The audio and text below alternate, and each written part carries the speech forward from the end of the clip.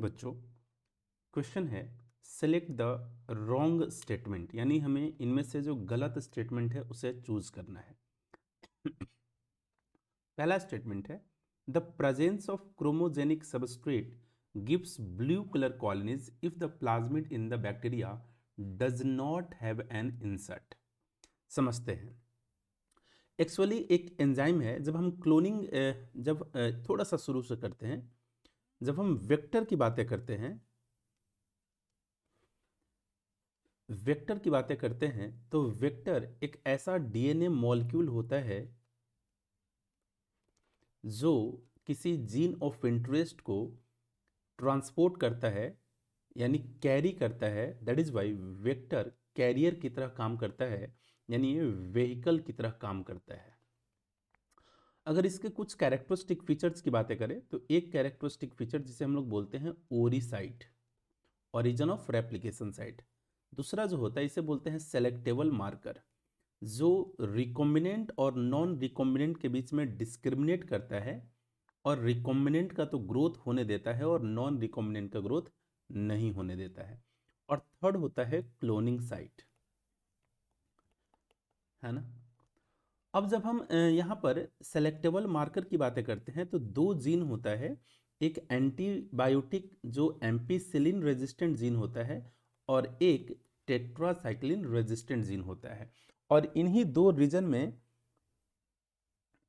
Reason में जो gene of interest यानी जो फॉरेन डीएनए होता है उसको ला करके लिंक किया जाता है।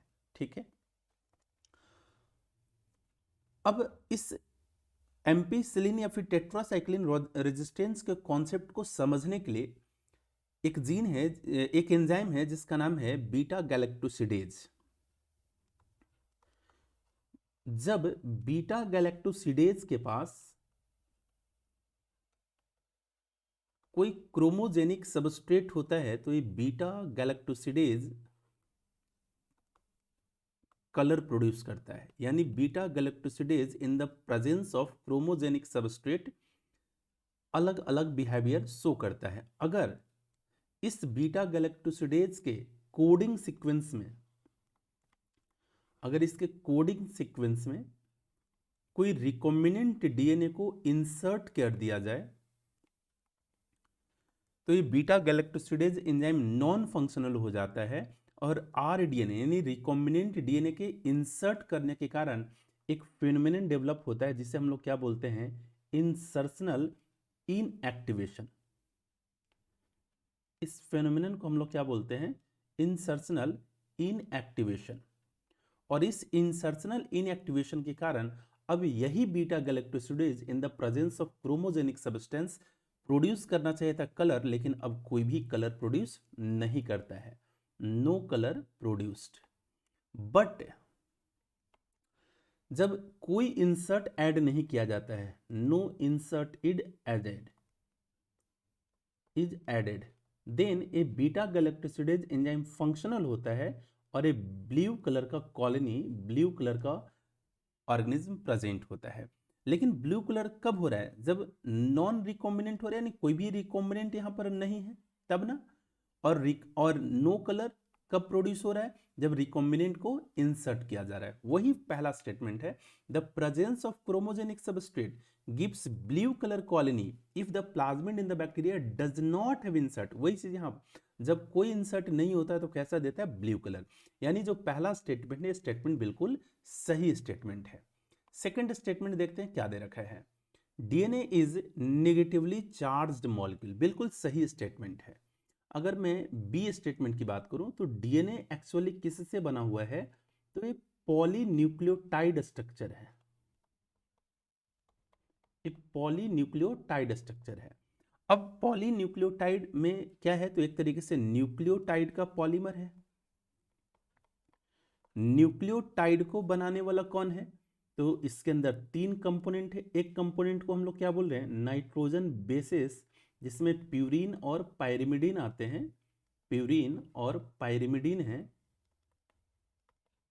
सेकंड है पेंटोज शुगर, डीएनए के अंदर डीऑक्सीराइबोज शुगर होता है।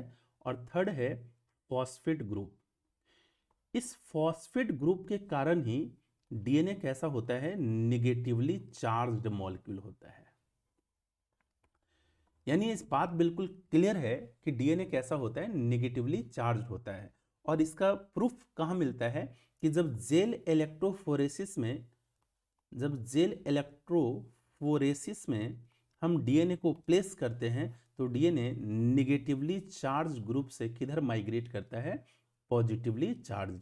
यानी अगर हम और अच्छे से बात करें तो कैथोड से ये किधर माइग्रेट करता है, एनोड की तरफ माइग्रेट करता है। यानी प्रूफ करता है कि डीएनए कैसा है, निगेटिवली चार्ज है। यानी बी स्टेटमेंट भी बिल्कुल सही स्टेटमेंट है।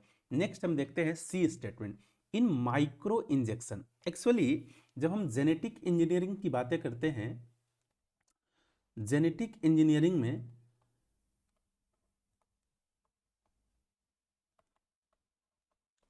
हम रिकॉम्बिनेंट डीएनए का फॉर्मेशन कर लेते हैं। जब रिकॉम्बिनेंट डीएनए का फॉर्मेशन हो जाता है तब इस रिकॉम्बिनेंट डीएनए को हम होस्ट सेल के अंदर इंटर करवा देते हैं। जनरली होस्ट सेल कौन होता है, ई कोलाई बैक्टीरिया होता है। ठीक है, अब जब होस्ट सेल के अंदर इंसर्ट करते हैं तो ये इंसर्ट करने का मेथोडोलॉजी अलग अलग है। इनमें से एक मेथोडोलॉजी है जिसे हम लोग बोलते हैं माइक्रो इंजेक्शन।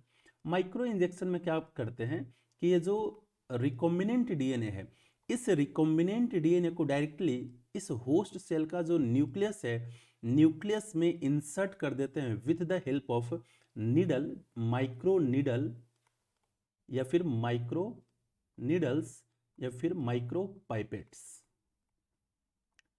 यानी डायरेक्टली माइक्रो नीडल या माइक्रो पाइपेट्स के थ्रू इस रिकॉम्बिनेंट डीएनए को हम न्यूक्लियस के अंदर इंसर्ट कर देते हैं। ये फिनोमिनन कहाँ है, माइक्रो इंजेक्शन में। लैंग्वेज देखते हैं, in micro injection cells are bombarded with high velocity micro particle of gold and tungsten coated with DNA. ये स्टेटमेंट बिल्कुल गलत स्टेटमेंट है। यहां से लेकर ये पूरा जो पैरा दे रखा है, cells are bombarded with high velocity micro particle of gold and tungsten coated with DNA, ये एक्चुअली है तो एक इंसर्ट करने का ही तरीका, लेकिन इसे हम लोग बोलते हैं जीन गन मेथड या फिर इसी को हम लोग बोलते हैं बायोलिस्टिक्स मेथड। ये माइक्रो इंजेक्शन का पार्ट नहीं, इसलिए सी स्टेटमेंट गलत है। डी देखते हैं, since DNA is a hydrophilic molecule, बिल्कुल सही स्टेटमेंट है। It can not pass through the cell membrane, बिल्कुल सही बात है।